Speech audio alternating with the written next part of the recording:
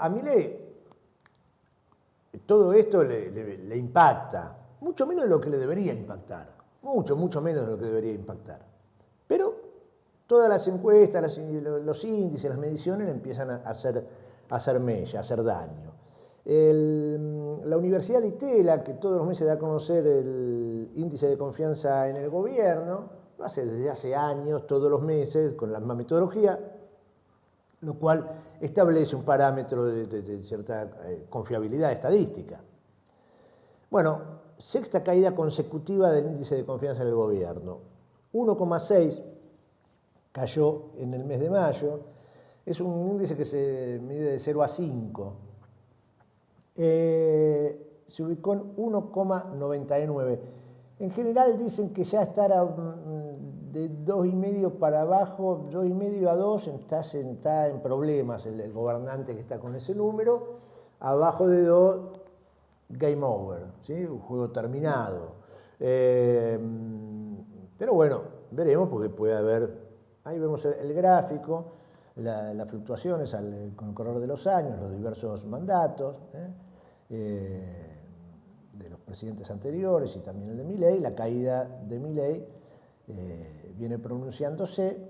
En términos interanuales tuvo una caída del 18,7%, mayo contra mayo. Y la acumulada desde el mes de diciembre hasta hoy es del 19,2%. Sexta baja consecutiva del indicador. 0,1 cayó en diciembre, 2,8 cayó en enero, 0,6 en febrero, 3,5 cayó en marzo, 12,1 cayó la credibilidad de la confianza en el gobierno en el mes de abril, claro, estalló el escándalo Adorni, bueno, y ahora en mayo 1,6%.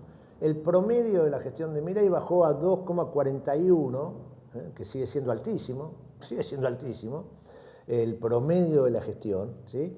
Desde el inicio del mandato. Hay uno de los componentes que le preguntan, que es capacidad para resolver los problemas del país, cayó a 2,36, y también marca el mínimo de la gestión. Lo mismo que tocaron mínimos históricos, honestidad y preocupación por el interés general.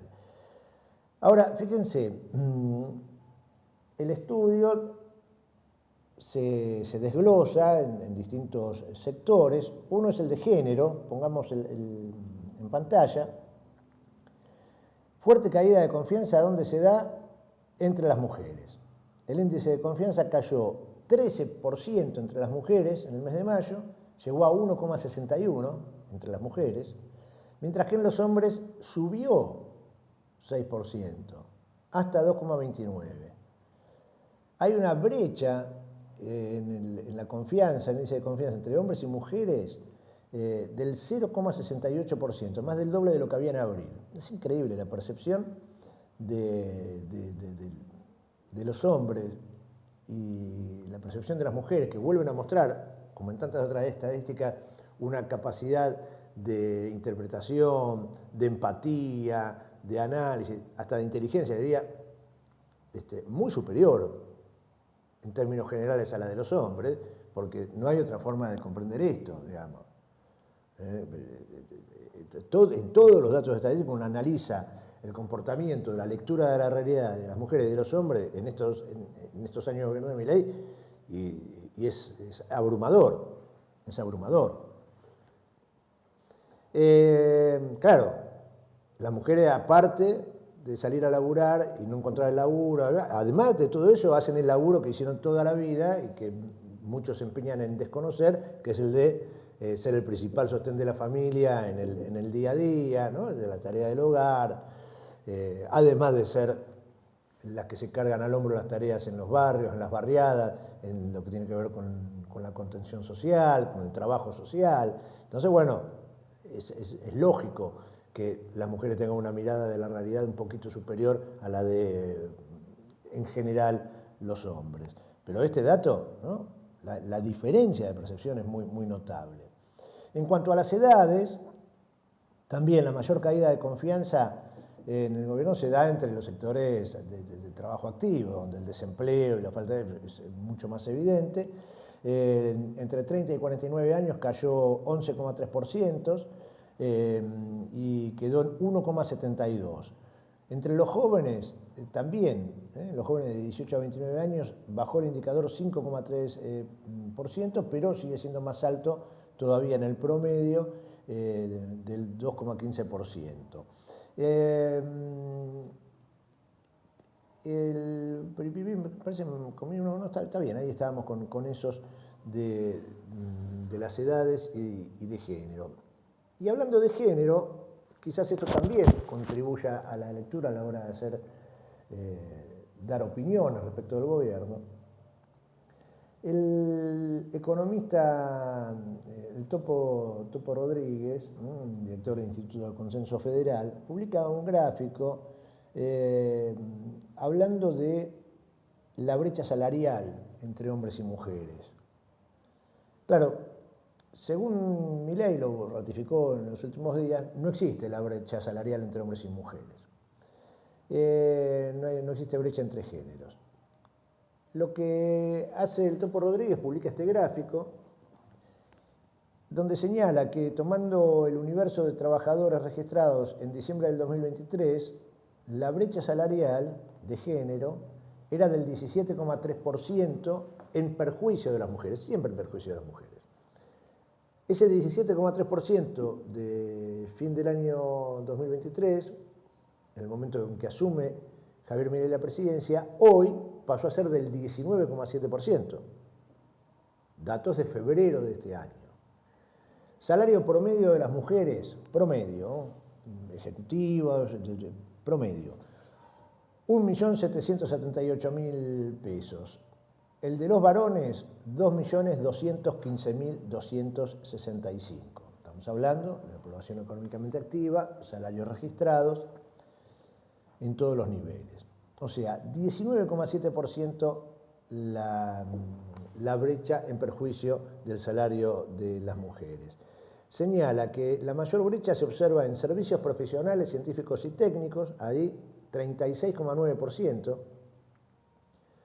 y luego en el sector de intermediación financiera y servicios de seguros, donde la brecha es del 31,8%. Este sector de intermediación financiera es uno de los sectores que siempre exhiben como de mayor crecimiento de la economía en los últimos meses, ¿no? Uno de los sectores que funciona. Ahí donde funciona, la brecha de ingreso, de salario entre mujeres y hombres es de 31,8%. Se conoció un texto, un documento del Fondo Monetario Internacional, el FMI, dio a conocer un texto con la revisión del acuerdo que firmó con el gobierno argentino, que tenemos vigente, y decidieron aprobar las medidas, cómo se viene llevando adelante el plan de ajuste, y aprobaron una ampliación del préstamo de $1.000 millones para pagar vencimientos. Entonces le dan $1.000 millones más. Cada vez que aparece el Fondo Monetario Internacional, vos sabés que estás condenando a que se cague de hambre a varias decenas de miles de argentinos durante más tiempo.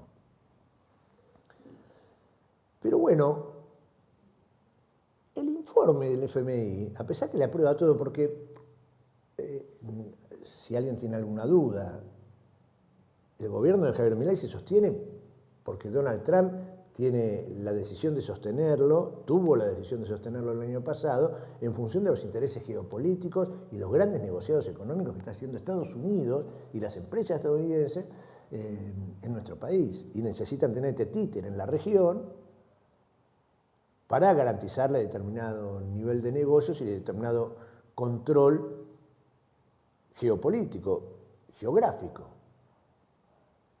Y entonces después te llueven las cosas, lo que hablábamos el otro día, la traición a la patria, los convenios, vamos a meternos en unos minutitos con ese tema, pero quedémonos con el Fondo Monetario. Se da a conocer ese informe, se le aprueban la ampliación, $1.000 millones, y no va que en ese informe del Fondo Monetario Internacional ponen ahí escondido, ¿viste?, un pie de página, que en realidad esa bandera que saca a flamear el Toto Caputo junto con Milei y toda la banda diciendo porque tenemos superávit. Parece que el propio Fondo Monetario Internacional le dice, che, eso no es así, no tenés superávit, tenés déficit. Lo contó muy claro Carlos Heller el día sábado en el programa de Eduardo Aliberti, Marca de Radio, en la columna habitual que tiene Carlos Heller, y lo dice de este modo. Mirá lo que dice Georgieva hablando de la revisión sobre la Argentina. Ahora, de que acaban de aprobar y por la que nos dieron esos 1.000 millones que nos dieron. Textual. Hay que valorar, dice, los avances en la desregulación de la economía, la adopción de legislación reformista en los ámbitos fiscal, comercial y laboral que han sido impresionantes. Deben continuar los esfuerzos para crear una economía más competitiva y abierta, incluso mejorando la previsibilidad de los marcos tributarios y regulatorios, para liberar el potencial de los sectores estratégicos de la Argentina en agricultura, energía, minería y la economía del conocimiento. Esto dicho en el informe del Fondo Monetario. En el informe técnico del Fondo, donde se termina diciendo esto, en la página 7 hay un pie de página, así, una notita al pasar, que dice: esta medida excluye los pagos de intereses de los bonos cupón cero, los cuales se registran por debajo de la línea. Incluir el componente real de los intereses capitalizados por encima de la línea elevaría el déficit total a cerca de 0,8% del PBI. Eso dice el fondo sobre el invento de cómo el gobierno estructura decir tener superávit. Está puesto en el informe del fondo, ¿no? Ellos se pueden hacerlo distraído porque es un pie de página. Y es un pie de página, pero es muy fuerte. Pero es el fondo diciéndole dejen de dibujar el superávit fiscal. Así es.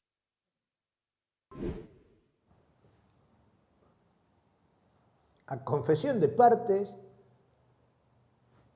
o sea, no existe superávit, hay un gran dibujo en los números que, por supuesto, como la máquina de aceitar comunicaciones funciona bien, te cuenta que está todo fenómeno. Los números no van creciendo, tenemos superávit fiscal, equilibrio. Eso no dicen los números. Lo que es un gran dibujo gigantesco que está sostenido desde el poder central porque tienen otros intereses. ¿Y cómo se sostiene? Se sostiene con el hambre del pueblo. No hay mucha vuelta. Otra de las cosas que pasó el fin de semana es que Milei, ¿le suena? Presidente de la República Argentina. Retuiteó una información falsa, ¿no? Que ahora vamos a ver, en la cual hablaban de el mapa del crecimiento de Argentina. Se publica y el presidente lo retuitea. Atrás del presidente viene toda la banda a retuitear lo que el presidente retuiteó. Entonces, pues ellos tienen todo armado un dispositivo, entonces salen estos, salen aquellos, y le dan movimiento al algoritmo y salen y se publican e intentan construir mentiras y consolidarlas, porque por lo general era un territorio que dominaban ampliamente, ya no, el de las redes sociales, ya no tan ampliamente, dominan el de los medios de comunicación hegemónicos, ahora vamos a ver por qué lo digo, y pueden decir cualquier cosa, como dice Berti Venegas Lynch, que el gobierno anterior se fue con el 57% de desocupación, de pobreza, cuando ese número no es real, pero lo instalan, ¡pac! Hasta que la mayoría dice, mirá vos, bueno, Alberto se fue con el 57% de pobreza, y este lo bajó. Mentira, pero los tipos lo instalan. Y lo instalan con este método. Entonces, lanzan una información falsa. La tuitea el presidente, la potencia, como en el caso Libra. ¿Te suena el caso Libra, la estafa Libra? millones y millones de dólares, miles y miles y miles y miles y miles de damnificados en todo el mundo, estafado por el presidente argentino. Bueno, y salen a divulgar este mapa que vemos ahí. Ponelo, por favor. Mapa del crecimiento en la Argentina. Entonces te ponen un mapa donde crece todo el país, o algunos un poco más, algunos un poco menos, con la única excepción, lo que aparece en rojo comunista, la provincia de Buenos Aires que no tuvo crecimiento, 0,2. Ahora, si uno observa bien ese mapa, ¿se da cuenta? No, aparte de los datos estadísticos, primero, previo a eso, el presidente de la Nación retuitea, difunde y potencia la difusión de una imagen, de un mapa del país del cual él es presidente, que es un mapa adulterado donde falta una provincia.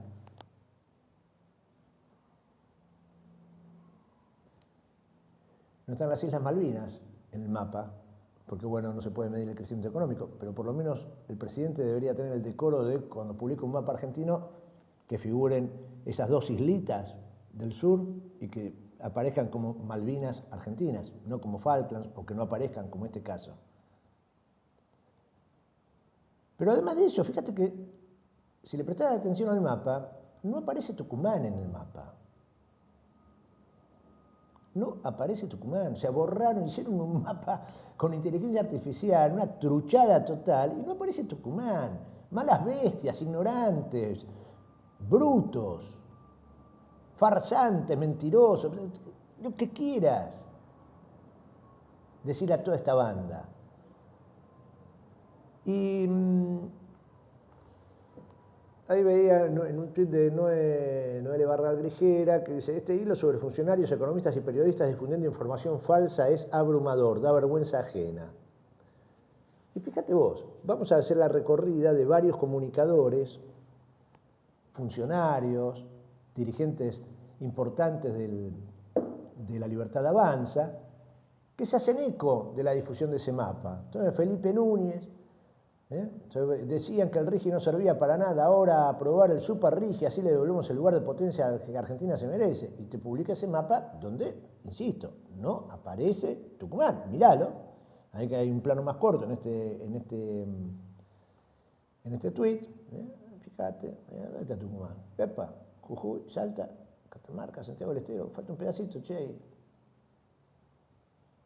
Falta un pedacito. Falta el pedacito de un socio del gobierno, Tucumán, que aparte es el principal exportador de limones de la República Argentina. No está. ¿Se la habrán vendido? ¿Se la llevó a se la compró a Dorni, la vendió? ¿Qué pasó? Otro, Martín Yesa. Estoy sorprendido, contento, Yesa, ¿no? Pone otro. Fernando Iglesias, el embajador. El embajador, este sujeto, Dios mío, qué generosidad la de nuestra patria, la de nuestro pueblo.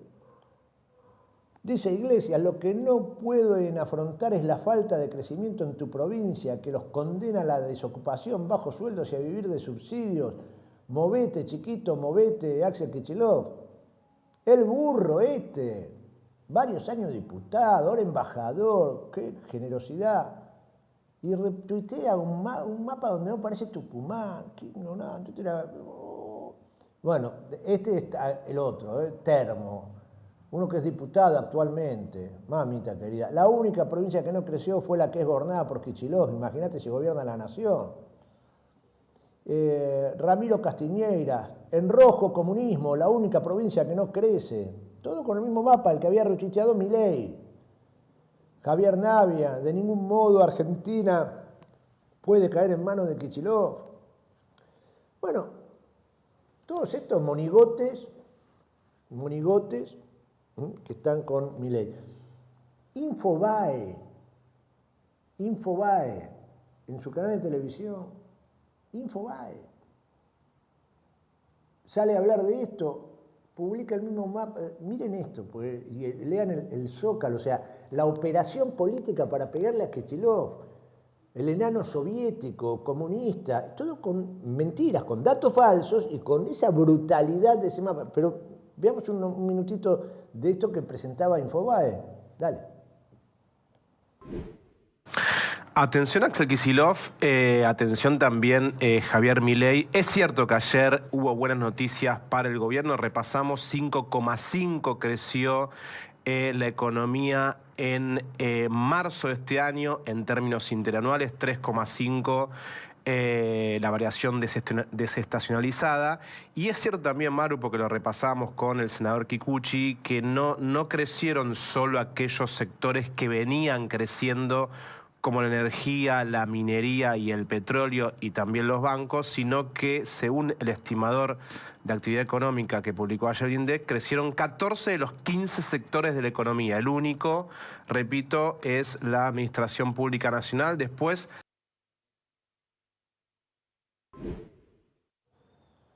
Bueno, vos fijate, no sé si prestaron atención a los zócalos, más allá de lo que decía el colega. Los zócalos, del único que hablaban era la provincia. La economía crece en todos lados, menos en la provincia de Buenos Aires. La provincia no arranca. O sea, es una operación en base a una información falsa. Una interpretación de los datos. Una cosa es el crecimiento económico mensual, que le dio un poquito mejor, pero en el promedio sigue estando abajo. O sea, hay una manipulación de esos datos. Pero el gobierno salió al desparramar esta información con ese mapa en base a un análisis supuesto de la Universidad Austral que salió a desmentirlo, tuvo que salir a desmentirlo a la universidad. Si nosotros no publicamos ese mapa, no existen esos datos, no son reales. Bueno, pero ¿cuántos millones de personas se informaron por ese medio o por ese tuit? ¿Cuántos millones?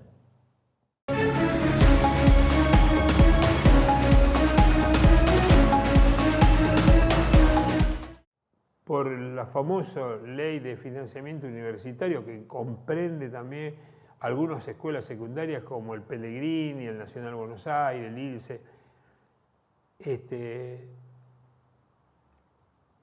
hicieron una protesta, manifestación frente a la Corte, al Palacio de Justicia, donde se encuentra la Corte Suprema de Justicia, para decirles, bueno muchachos, ¿qué van a hacer con esto?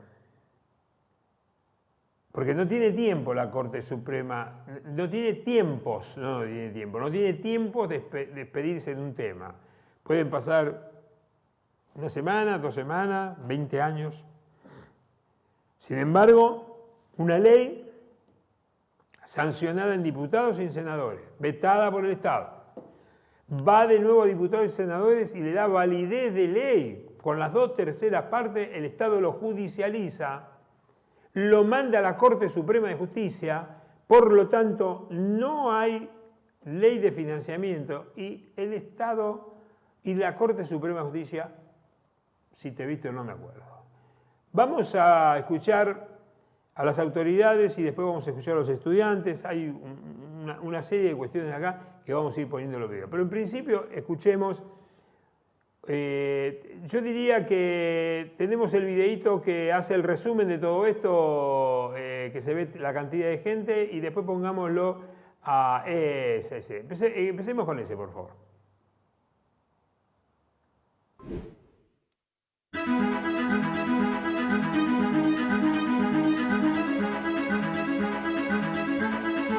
Hay 4 marchas en lo que a lo largo y ancho del país salimos a manifestarnos a favor del financiamiento universitario, y así todo el gobierno decide dar la espalda a la democracia, no cumpliendo con la ley. No le estamos rogando a este Poder Judicial. El auxilio es una exclamación, le estamos reclamando, le estamos exigiendo que haga que este gobierno cumpla con la ley. Como decía acá el doctor, en este país, y hace ya más de 40 años, vivimos en democracia y queremos que las leyes se cumplen.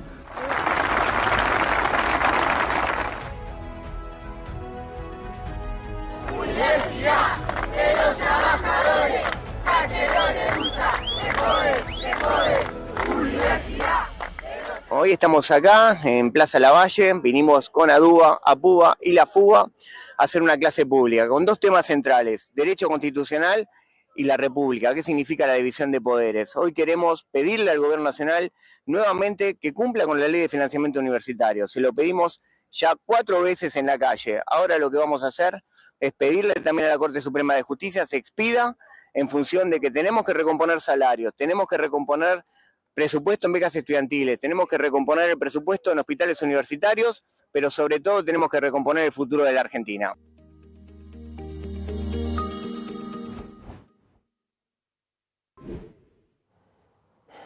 Y eso también, la protesta fue que la toma del colegio Carlos Pellegrini. Se decidió en asamblea, los estudiantes, siempre los estudiantes como dicen los chicos, del Pele, ¿no? En asamblea resolvieron tomar la escuela el colegio, porque pareciera ser que, claro, lo vamos a escuchar a Francisco Pitrola. Francisco Pitrola, recuerden el apellido, es nieto de Pitrola, el diputado de izquierda, Néstor creo que se llama, Pitrola, y bueno, lo quieren verduguear un poquito, y al pibe no se deja verduguear por más que tenga 17 años. ¿Quién lo agarra? Primero el pelado Trebuch, realmente bastante miserable, ¿no? Es decir, queriéndolo desde una situación de poder, como es manejar el tiempo y las cámaras, querer verduguear a un chico que está ejerciendo su derecho soberano de peticionar de la manera que deciden en asamblea. Pero le sale mal al pelado Trebuch, le sale mal. Vean por qué le sale mal, escúchenlo. Pero ¿sabes qué? Me gustaría que mi hija mañana pudiese tener clases y vos se lo vas a prohibir. No, ¿sabes qué pasa? Nosotros venimos perdiendo un montón de clases porque los docentes no pueden llenar un plato de comida. Y nosotros frente a eso no nos vamos a quedar parados. Nosotros nos vamos a movilizar, Esteban, aunque no te guste. Nosotros vamos a tomar el colegio por el hecho de que... Francisco, yo me movilicé. Bueno, salimos a marchar, fuimos una columna histórica. Mira, año 92, manchamos contra la LES. ¿Querés luchar a favor de la educación pública? Te regalo un bombo. Vení a casa, te regalo un bombo y una corneta y hacé lo que me parece perfecto. Te estoy diciendo no tomes el colegio. ¿Sabes qué pasa, Esteban? Salimos con bombos 4 veces a la calle y el presidente sigue sin cumplir la ley, entonces ya nos estamos quedando sin recursos, sin medidas posibles y vamos a salir a pelear igual, aunque a muchos no les guste, nosotros vamos a seguir plantándonos. La Corte no tiene plazos, Esteban, y los profesores no pueden llenar un plato de comida. Mi viejo docente universitario, y no nos podemos quedar parados, tenemos que tomar medidas extremas. Y bueno, yo quiero que mi hijo cobre un salario digno porque estudió para estar en el lugar en el que está. Y se murió pobre, Francisco. Y claramente hacer este tipo de cosas mueve el amperímetro porque vinieron un montón de medios a hablar y con la marcha está bien, logramos seguir luchando, pero la ley sigue sin cumplirse. Lo hacen para que vayan medio, está bien. Está bien. No es claramente. Y lo acaba de decir vos. No, pero lo acaba de decir Francisco. No es así. No, estoy hablando de lo que vos haces. Estoy hablando de que vos, en vez de venir cuando hacemos un semaforazo, venís cuando hacemos una toma. No es culpa nuestra, es culpa de ustedes que vienen en este momento. ¿Sabés por qué? Porque semaforazo. No. Cuando vos haces un semaforazo. Nosotros venimos visibilizando hace un montón. Cuando vos haces un semaforazo. Hicimos 1000 semaforazos, hicimos no le importa 1000 a nadie, marchas. Francisco. Nos cansamos de tomar medidas de lucha. Tu semaforazo no le importa a nadie. ¿Qué querés que le haga yo? Entonces, bueno, a vos no te importa, es problema tuyo que no te importe porque no te importa la educación pública, ese es el gran problema.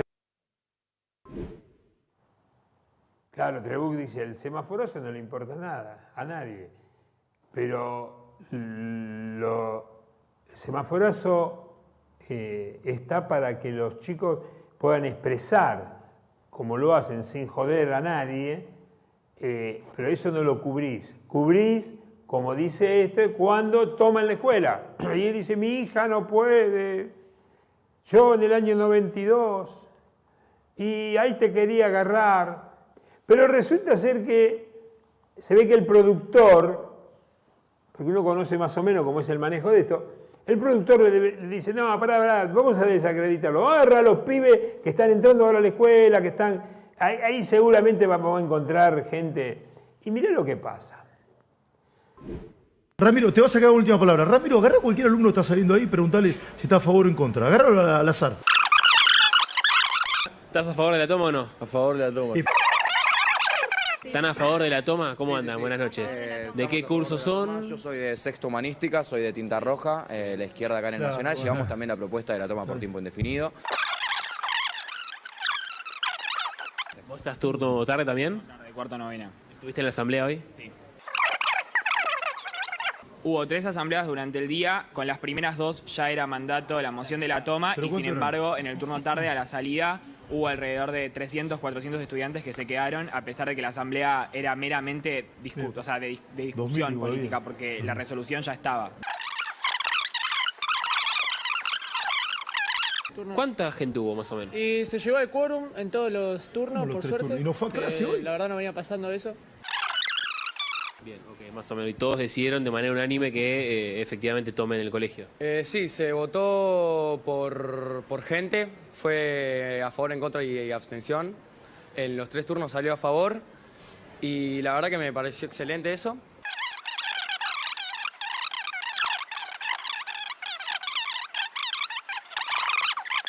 Éramos 250, 300. Algo así. Bueno, coinciden todos que eran 300. Todo de manera unánime. Está Roberto García Moritán en el piso. Todos votamos lo mismo. Ya vamos a hablar con él. Ya con esto termino, Esteban. ¿Con qué, o sea, ¿Por qué esta toma, digamos? ¿Qué es lo que ustedes ven que está mal? Me parece que ya todo lo que está pasando respecto al financiamiento universitario llegó a un extremo. Nosotros tomamos todo tipo de medidas. La marcha es un auge también en lo que sería la lucha y como ya no tenemos que hacer porque la Corte no tiene un plazo fijo para dar una respuesta, cómo agotar otras formas de... Los chicos sabían bastante al final. Y si están todos en la asamblea, son todos... No, los que están y todo el colegio, Esteban, te querés matar. Te querés matar, Esteban. Si hay 300 te querés matar. Hay 300 y eran 2000. Todos dicen que había 300 en cada una, fueron 3 asambleas. Un hombre grande, Esteban, la verdad, te hicieron un caño y la fuiste a buscar adentro del arco. La verdad, esa forma de hacer periodismo, ¿no? Y este mismo joven, este mismo pibe, este mismo chico, entra con el top de gama, ¿no? Es decir, con Feynman, ¿no? Es decir, Edu Feynman, que pone un tema, un prejuicio, ¿no? Un prejuicio pone. Así que, fíjese lo que le dice. Veámoslo. Francisco, ¿qué tal? Un gusto. Me suena tu apellido. ¿Algo que ver con el Pitrola que todos conocemos? Es mi abuelo, es mi abuelo. El abuelo. Mira vos, ¿qué tal? Sí. ¿Admirás a tu abuelo de izquierda? Sí, lo admiro. Es un gran luchador. Más allá de que tengamos diferencias ideológicas en ciertos puntos, me parece que es una persona que luchó toda su vida por los derechos de los trabajadores. ¿Y en qué punto? Perdón, me interesa eso. ¿En qué punto? ¿Vos sos más trosco que él, menos troscos que él? No, a ver, yo soy presidente por una agrupación independiente, me considero menos trosco que mi abuelo. Más allá de eso, lo que quiero discutir ahora es sobre la ley de financiamiento universitario. Vengo a hablar de lo que pasa en los colegios. Está bien, a mí me interesa hablar también de eso. Disculpame, pero el que entrevista soy yo. Nada, quería preguntarte eso. Si querés hablamos de mi abuelo. No sé, hay cosas más importantes. Hay cosas más importantes.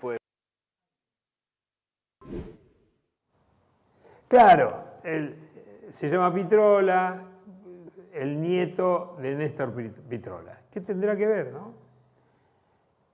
Bueno, la nota la hago yo, le dice, yo te quiero preguntar, así que vos sos el nieto, zurdito como tu abuelo, saliste. Claro, por eso es. Y el pibe, con toda la educación del mundo, le dice, mira, hay cosas más importantes que hablar que de mi abuelo. ¿Cómo estás? Hola, ¿cómo estás? ¿Cómo está?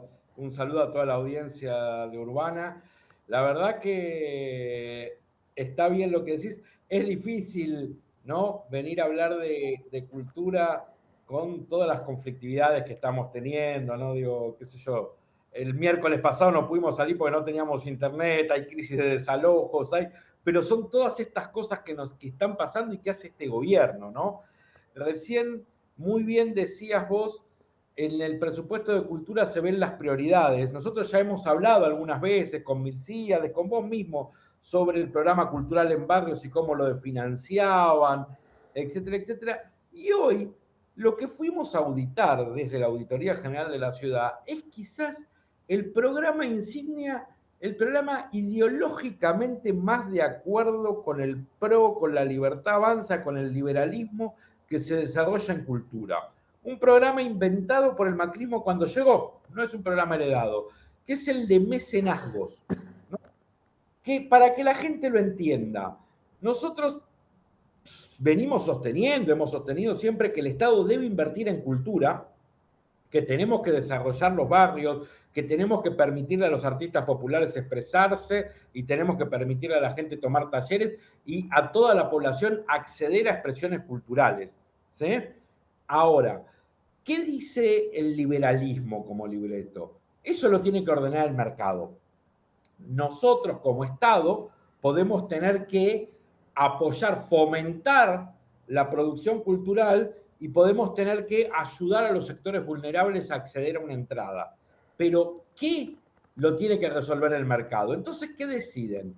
En vez de que el Estado financie cosas, le proponen a los privados: si vos financiás algo de cultura, yo te lo descuento de impuestos. Entonces, en la práctica, el Estado termina poniendo, vía descuento de impuestos, en este caso que fuimos a auditar, un presupuesto no pequeño, de 3.000 millones de pesos, ¿no? Presupuesto más relativamente importante, vía descuento de impuestos, pero no decide el Estado a dónde lo pone. Lo deciden los privados, ¿no? Una empresa, así es como, si ustedes caminan por la calle Corrientes, van a descubrir que todos los teatros, ¿no? Que antes era, no sé, el Teatro Astral, el Teatro Tabarí, todos los teatros de la calle Corrientes ahora tienen el nombre de un banco, ¿no? El Santander no sé cuánto, el McDonald's no sé cuánto, de un banco, de una empresa multinacional y de algo. Y uno dice de golpe, ah, qué bien estos señores, estas grandes empresas que deciden invertir en cultura. No, dejan de pagarle impuestos. Entonces, le ponen su nombre a un teatro, invierten un dinero en el teatro, pero ese dinero lo dejan de pagar impuestos. Entonces fuimos a ver, ¿no? ¿Cómo maneja la ciudad este programa? Este programa que mueve, ya les digo, la friolera de casi 3.300 millones de pesos, ¿no? Entonces, lo primero que vemos es que el programa no se publicita, por lo tanto, es un programa que podría acceder cualquier empresa que pague ingresos brutos o que pague impuestos en la ciudad. Sin embargo, acceden muy poquitas, ¿no? Grandes empresas, las pymes y demás, no saben que podrían destinar parte de la plata que pagan en impuestos a financiar un desarrollo cultural en su barrio, por ejemplo, ¿no? Es un programa, pero además es un programa que desde que asumió Jorge Macri empezó a vaciarse. Y entonces, por primera vez, quedó más de un tercio del dinero disponible para utilizarse a través del programa de mecenazgos para financiar desarrollos culturales sin utilizar. De 3.300 millones que había, 1.100 millones no fueron utilizados y solo se asignaron 2.100. Pero eso quiere decir que de 3.380 proyectos que se presentaron, el gobierno de la ciudad solo seleccionó 639. ¿Sí? Nunca, desde que se creó el programa, y vuelvo a decir, este no es un programa ni que lo hayan heredado de Tellerman, de Ibarra, ni de ningún jefe de gobierno anterior, es un programa creado por el macrismo. Nunca jamás desde que se creó el programa rechazaron tantos proyectos como durante Jorge Macri. De 3.390 proyectos que se presentaron, que quiere decir, soy un hacedor cultural, vengo y te propongo que me dejes hacer este proyecto que lo va a financiar este privado, ¿sí? Y que a cambio de eso no le cobres esa plata en impuestos a este privado. Bueno, de 3.380 que se presentaron así, solo a 637 le dijeron que sí. Cuando el presupuesto preveía que iban a gastar 3.300 millones de pesos y solo gastaron 2.100 de esta manera. Es decir, que el gobierno de Jorge Macri no solo, como ya habíamos charlado antes, desarma el programa cultural en barrios, ataca a los centros culturales que atienden a la cultura popular, sino que ni siquiera permite que se sostengan estos programas donde las empresas privadas financian el desarrollo cultural de la ciudad. Vos sabés que en otros países este es un tema que lo trajo en su momento, yo me manejé toda la vida en el ámbito de la cultura, lo trajo en su momento de discusión, te voy a poner años largos, el fallecido actor últimamente Beto Brandoni, que lo trajo en el gobierno de la Alianza como proyecto que se lo presenta a Fernando de la Rúa, cuando Fernando de la Rúa era jefe de gobierno de la ciudad de Buenos Aires y no prosperó. Pero ahí está su origen. Después lo toma, como bien vos decís, el macrismo en las últimas instancias. Una de las cosas a observar dentro de la ley de mecenazgo, perfectamente explicado, se ve que lo han estudiado a fondo, el tema es el tema del Teatro Colón, una de las mayores sponsoreo, de las mayores iniciativas que hay, son con las empresas privadas que trabajan para el Teatro Colón en distintas cuestiones. Este modelo de gestión de exenciones impositivas que le pertenecen a la ciudad, no pueden tocar impuestos que les pertenecen a la nación. Por ejemplo, creo yo, corregime, Lisandro, no pueden tocarlo sobre el IVA, por ejemplo. No, es sobre ingresos brutos, sobre ABL, sobre los impuestos de la ciudad de Buenos Aires. De la ciudad de Buenos Aires. Básicamente ingresos brutos. Básicamente ingresos brutos. Bueno, en este sentido, se benefician muy pocos. Y como vos bien decís, los desarrollos que, por ejemplo, puede tener una curtiembre de la zona de Soldati sobre un club de barrio para hacer fomentos culturales que tengan que hacer, prácticamente, lo conozco el tema, son rechazados. ¿Cuál es el motivo? Y, viste, siempre motivo hay, pero son directamente rechazados. Es como el trámite del arbolito. Claro. Te encuentran cuál es el tema, digo, para que un banco internacional, ¿no?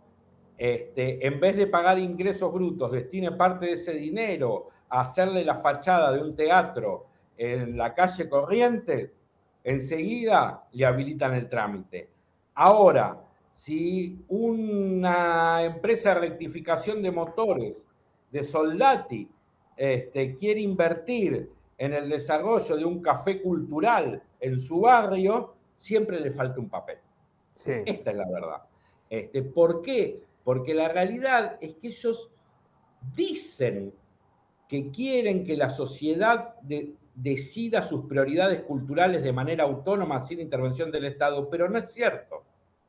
Lo que ellos de verdad quieren es que solo un cierto sector de nivel adquisitivo alto acceda a los bienes y consumos culturales. ¿Está bien? Claro. Esta es la verdad. Y entonces quieren destinarle los recursos públicos que deberían destinarse al desarrollo cultural solo a financiar y hacer más accesibles los consumos culturales de los sectores de alto poder adquisitivo concentrados en los lugares donde va a consumir cultura el alto poder adquisitivo y los consumos culturales que tienen que ver con la confusión entre cultura y show. ¿Sí? Solo se financia aquello que puede ser interpretado como un show de afluencia masiva de público, ¿sí?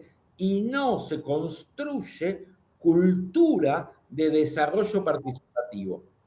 Y esto es una constante en todo lo que tiene que ver con la política cultural de la ciudad de Buenos Aires, al punto tal que un programa como el de mecenazgos, también se ve afectado en su desarrollo, aunque conceptual e ideológicamente tiene que ver con estas búsquedas de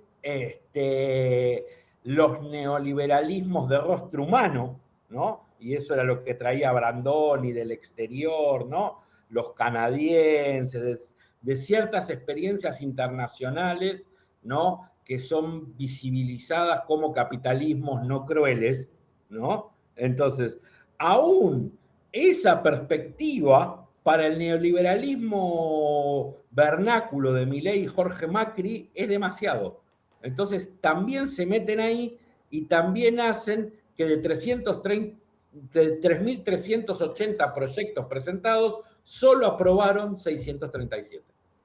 Cuando nosotros hablamos del tema de la cultura, el querido negro Carela, Carlos Carela, compañero Carela, decía una cosa que nos llamaba la atención, ¿no? Es decir, el pueblo no necesita del Estado para producir cultura, la produce solo.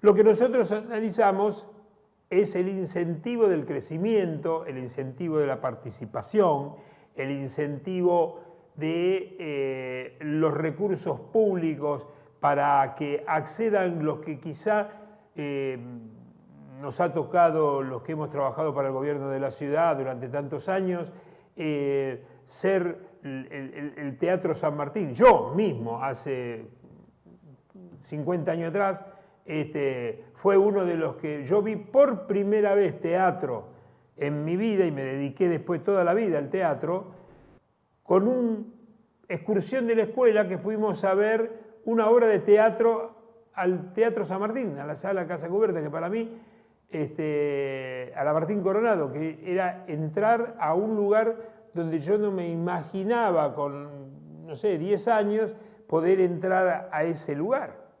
Entonces, era el fomento de los nuevos públicos, el fomento de lo que vos decís, el show, en vez de ir a ver, qué sé yo, no sé, el muñeco de turno famoso en la tele, íbamos a ver a Valle Inclán, o íbamos a ver a Federico García Lorca, o íbamos a ver a Armando Discépolo, autores argentinos. Otra de las cosas que desapareció de las carteleras porteñas son los clásicos argentinos. Como si el teatro argentino... Vos viste que hay estos mecenazgos que hay en el teatro... Cuando vos nombraste los teatros, me vino el Teatro Astral, el Metropolitan, bueno, todos estos lugares donde tienen... ¿Viste que están todas películas hechas obra de teatro? ¿Viste que hay en las carteleras fomentados? Sí, sí. Todos autores extranjeros. Todos autores extranjeros. Pero ahí, además, hay esto que vos decías.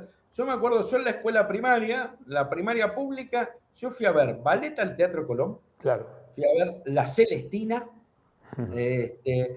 Y fui a ver Sainete. Claro. ¿No? Al Teatro Regio.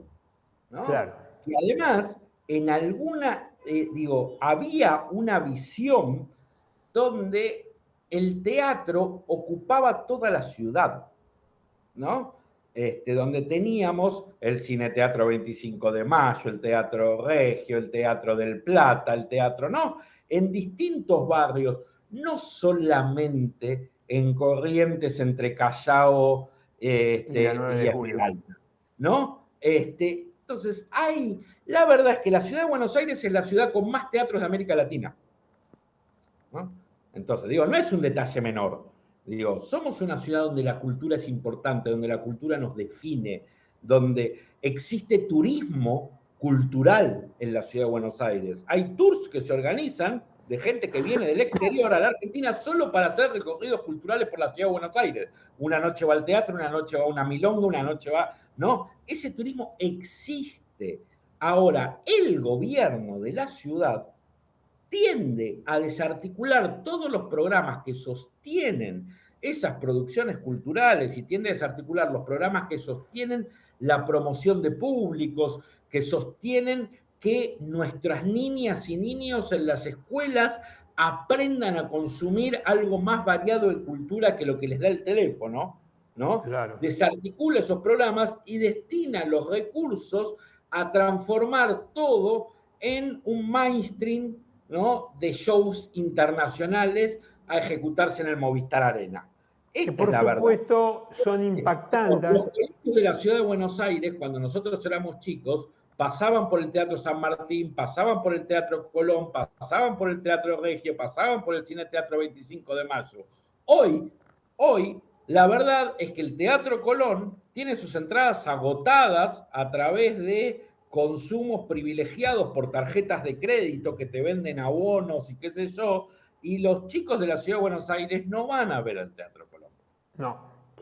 Antes de hablar contigo, me estaba fijando 3 teatros importantes del mundo. La Ópera de París, el Teatro La Scala de Milán y la Ópera de Berlín.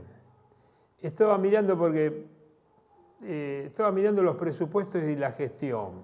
Vos sabés que los 3 teatros estos, salvo en Estados Unidos que son privados, esos 3 teatros son de gestión estatal nacional.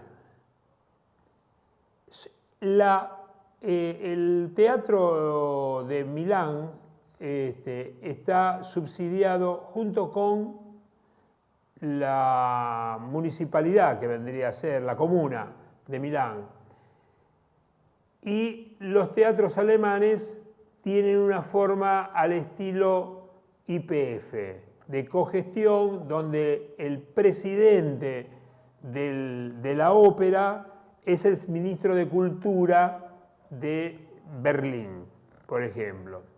Bueno, y me puse a analizar un poco los que se llaman objetivos y funciones, y entre las primeras que aparecen es la participación activa de todo el estudiantado alemán, no de la ciudad de Berlín, alemán, porque son del Estado.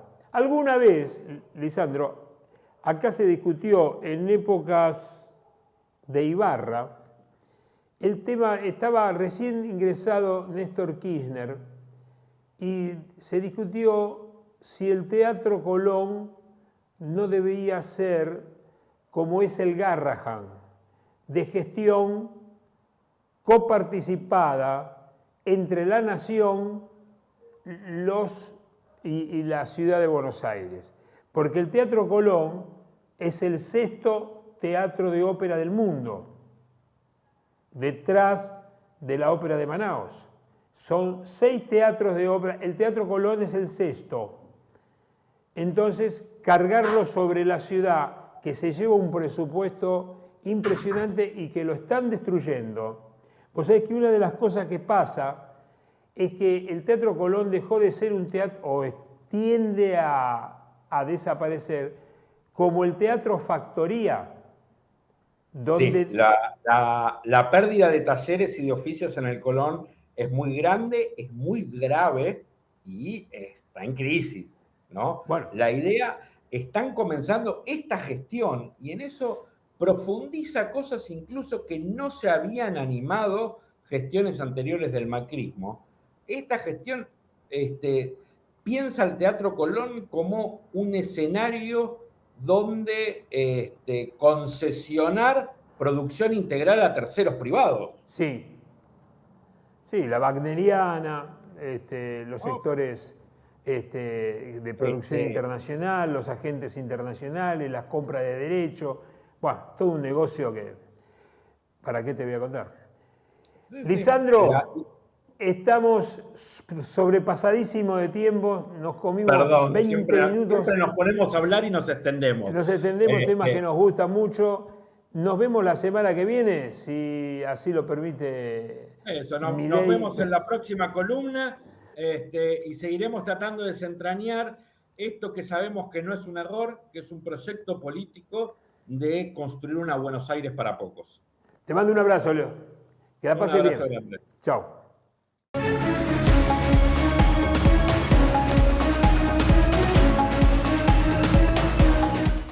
El otro día, ayer mismo, estuvimos viendo que había salido en el boletín oficial del día lunes el tema de que el gobierno dejaba de pagar el subsidio a las empresas de transporte para discapacitados, para enfermos oncológicos, y los dejaban de pagar. Y dejaba a libre en un artículo 2 donde dice: se obliga a mantener en los fundamentos y resoluciones de la ley tal y tal y tal, por lo tanto deberán mantener el subsidio, el pasaje gratis y qué sé yo, deberán hacerlo, qué sé yo. Pero como siempre, ese boletín oficial no tiene, ¿qué es lo que no tiene? La sanción. El que no lo cumpliese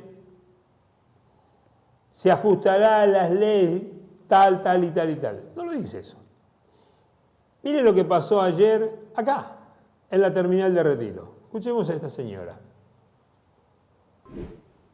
El gobierno, en realidad el Estado Nacional, que aportaba en parte para ese pasaje, una parte la ponía la empresa de transporte, lo deja de aportar. ¿Cómo crees que va a repercutir esto a la hora de volver a tramitar un pasaje? A nosotros nos costó un montón. Él tuvo un accidente y después de 3 años, ahora que quisimos hacer un viaje, este viaje, para que ellos vuelvan a ver el mar todos juntos en familia, pasar unos días allá, me costó un montón y llegamos y nos pasó esto.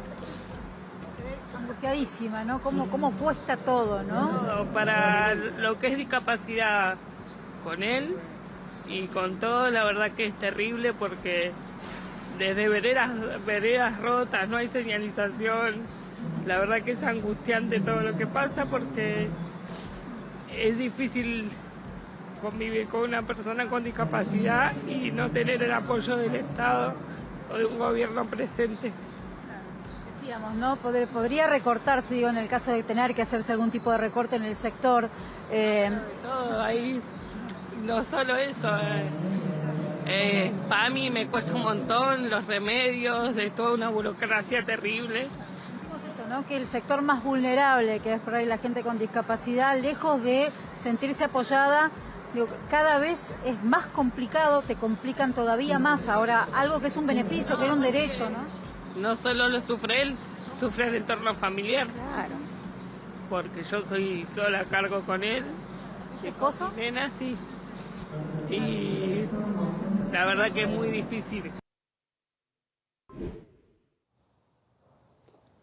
¿Qué pasaría por la mente de ese hombre, no?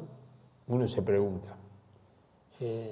Claro, la empresa, por supuesto, la empresa va a decir, mira, a mí no me lo paga.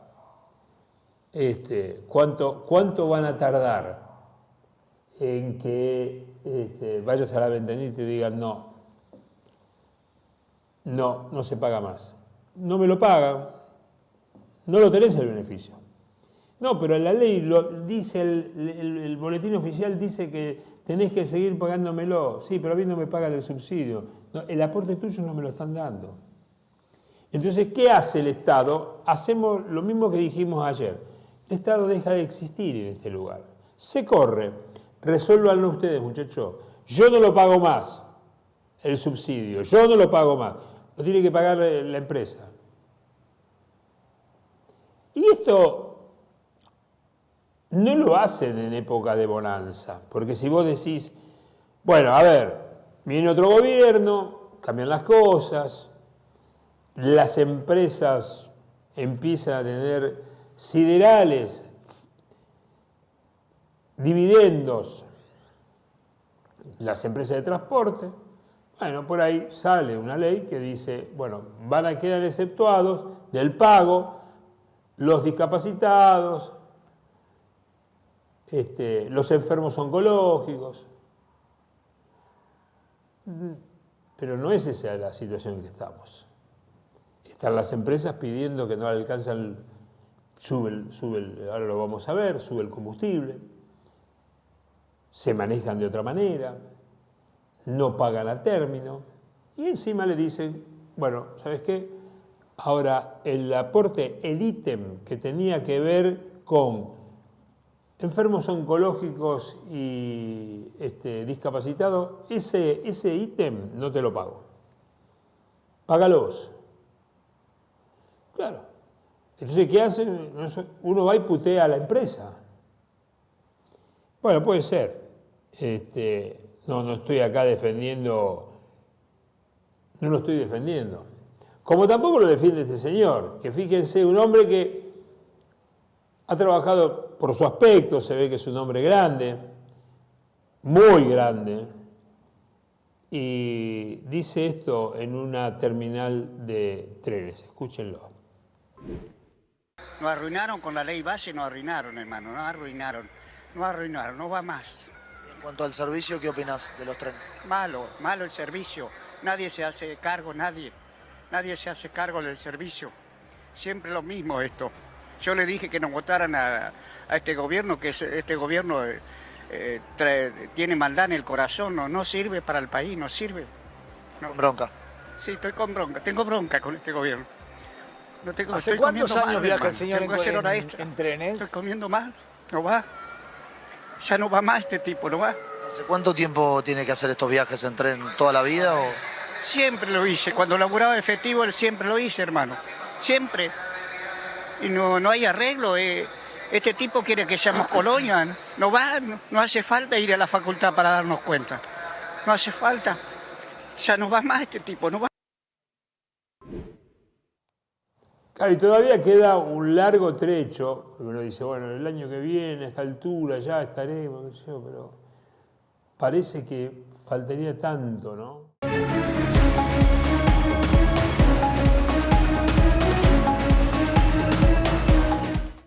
Ayer fue un día histórico en la Argentina, sí, debemos reconocer que ha sido un día histórico. Nunca se vio, creo que va a entrar en los récords Guinness, porque por la magnitud del suceso. Un hecho que no todo el mundo lo registró, no todo el mundo lo vio de esta manera, pero entre las 9 de la mañana del día de ayer y las 12 del mediodía, el gobierno sacó a 2 millones de personas de la pobreza. No es poco, ¿eh? No es poco. En apenas 3 horas. Usted dirá, ¿cómo fue eso? Bueno, qué sé yo. Según el ministro Caputo y el propio presidente de la Nación, dice que tienen los datos. En 3 horas fue. No, es increíble. Vayamos a analizar un poco cómo fue este tema y qué pasó en el medio, ¿no? Comienza a las 9 de la mañana de esta manera Luis Toto Caputo. Estos son datos, y los datos dicen que 12 millones de personas salieron de la pobreza. Hoy podemos mostrar que Argentina sacó a 14 millones de personas de la pobreza. Claro, lo que a la gente aplaude es el récord. Pero imagínense lo que fue de una magnitud el hecho. Ya se venía como diciendo, ¿no? Además, llegó hasta en algún momento decirse que 15 millones. Pero no, ayer los dos juntitos, ahí.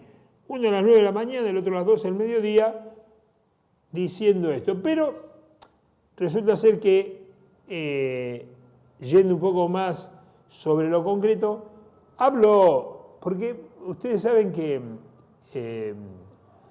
Luis Caputo, al comienzo de la gestión, inclusive ya en la época de Macri, era un hombre muy parco, tiene ciertas dificultades, supongo que lo debe haber coacheado en los últimos tiempos para poder hablar en público, porque es un hombre que no tiene mucha facilidad de palabra. Esto no lo hace nada, es una característica de él, no es un hombre que pueda manejarse explayándose en público, pero lo viene haciendo y dice esto a continuación. Escuchémoslo. La distorsión o la clásica pregunta de qué le decís a la gente que no llega a fin de mes. Y vos decís, está bien, sí, tengo que mostrar empatía, por supuesto, porque es una realidad que hay gente que le pasa eso. Ahora, de vuelta, subliminalmente están pasando, o sea, el mensaje de la gente no llega a fin de mes, antes estabas mejor. Entonces, ¿cómo contestás eso? Porque digo, como yo digo, ¿qué es la gente? ¿Qué es la totalidad de la gente? ¿Es la mayoría de la gente? ¿Es alguna gente? O sea, no me digas, la gente no llega, porque hace 2 años la gente estaba muchísimo peor. Y si vos preguntás eso, me pones a mí en una situación de tener que corregirte. ¿Por qué? Vamos a mirar. Cuando vamos al dato de pobreza, ¿no? Estos son datos. Y los datos dicen que 12 millones de personas salieron de la pobreza. Y esta es la gente que más nos interesa.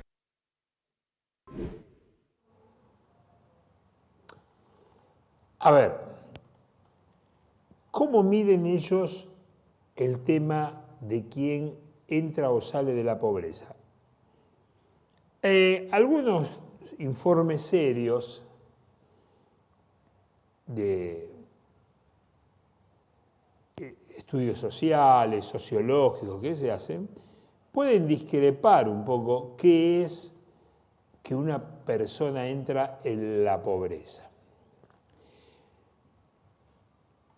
La verdad que lo que más se ha consensuado es cuántos bienes adquirís para una vida digna, cuánto satisfacés a vos y a tu núcleo familiar,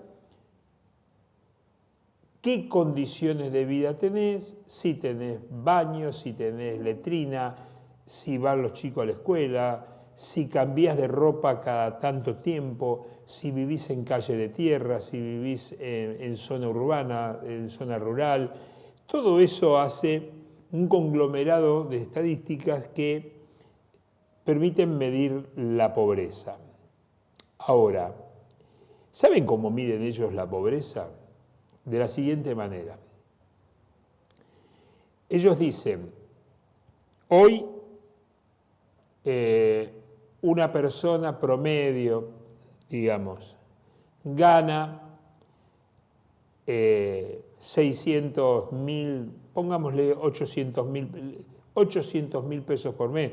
Un grupo familiar, 1.200.000 pesos por mes. Pongámosle, trabaja el compañero y trabaja la compañera. Trabajan los dos.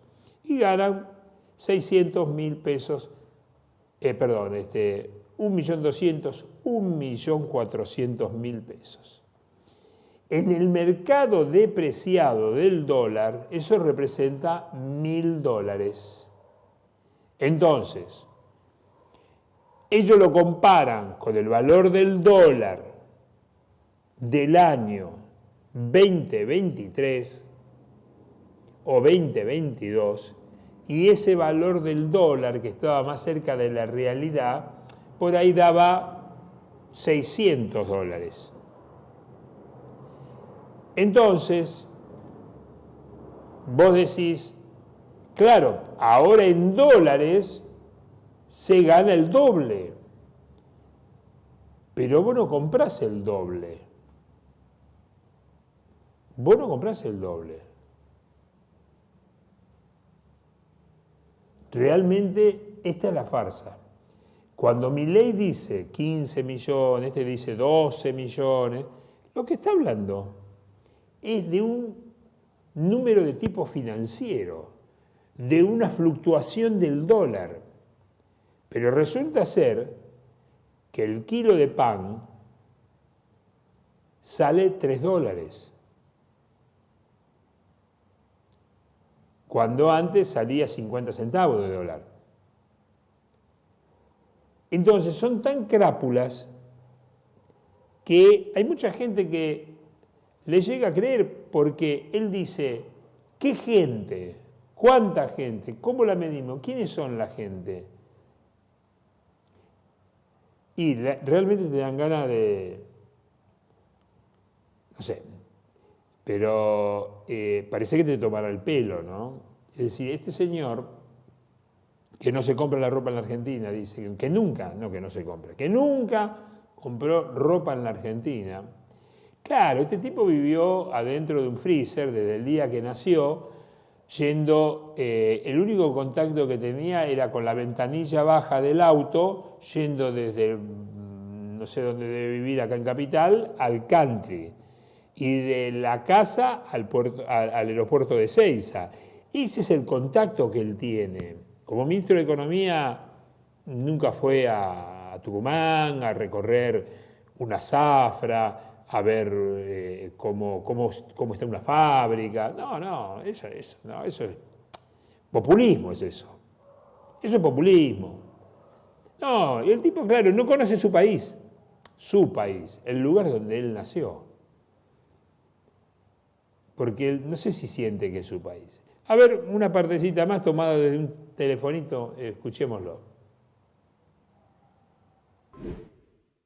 El año que viene va a ser un año electoral absolutamente atípico, porque la economía, por primera vez, se va a llevar puesta a la política.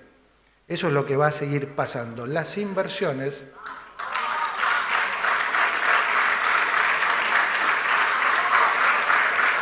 No era para que aplaudieran, pero bueno. Pero eso es lo que va a pasar, porque de vuelta, por eso quiero hacer mucho hincapié en que las cosas que sucedieron en el país siempre sucedieron por una razón. Y hoy no es una casualidad que estemos frente a un shock externo, ¿sí? Y lo estemos navegando como el mejor país. Ayer mostrábamos que lo que acaba de decir este hombre no es cierto hoy y no va a suceder. Porque él mismo lo dijo al comienzo de la gestión, en el 2024 tenemos el récord de haber parado el déficit fiscal en apenas un mes. Claro, no le pagaron a nadie más, entró toda la guita y armaron, balancearon las cuentas, hicieron un gran ajuste y a eso le llaman ellos le llaman a eso el equilibrio fiscal. Entra la recaudación, juntamos el dinero, pagamos al Fondo Monetario Internacional y hacemos el ajuste. Ese es el equilibrio fiscal. Pero resulta ser que este sistema no funciona. No funciona así. Y él dice, el año que viene, el año electoral, la economía le va a ganar a la política. Mire, si hay algo, digamos, fuera de análisis académico o de análisis científico, es analizar esta pavada que acaba de decir. Porque por ahí lo digo yo, lo dice cualquier otro, bueno, qué sé yo. Es una forma. Ahora, él es un licenciado en economía. Quizá hasta esté doctorado en economía. ¿Cómo puede decir él que la economía le va a ganar a la política? Cuando la economía es un hecho político. La economía en sí misma no existe. Existen las políticas económicas, por eso se le dice economía política. No existe cuando años atrás, Después se le cambió, inclusive en la facultad de Economía se cambió, no se estudia más. Economía 1, 2, no, se estudia Economía Política, porque la economía es el resultado de una política. No es que vos haces una economía y armás una política para eso, no. Vos armás una política, diseñás una sociedad y para eso implementás un plan económico. Este plan económico está diseñado para la destrucción de la industria, para la fuga de capitales, para que 50 ultramillonarios vivan de las prebendas y de los beneficios del Estado, llevar al extremo la desocupación, mandar todo el dinero posible a Europa. Eso es una política que se hace con un plan económico. No es mentira que no hay un plan económico, sí que hay un plan económico, que es este, juntar y fugar, como dice Milcíades, el ministro, ¿no?, de Finanzas y fuga de dinero, de divisas.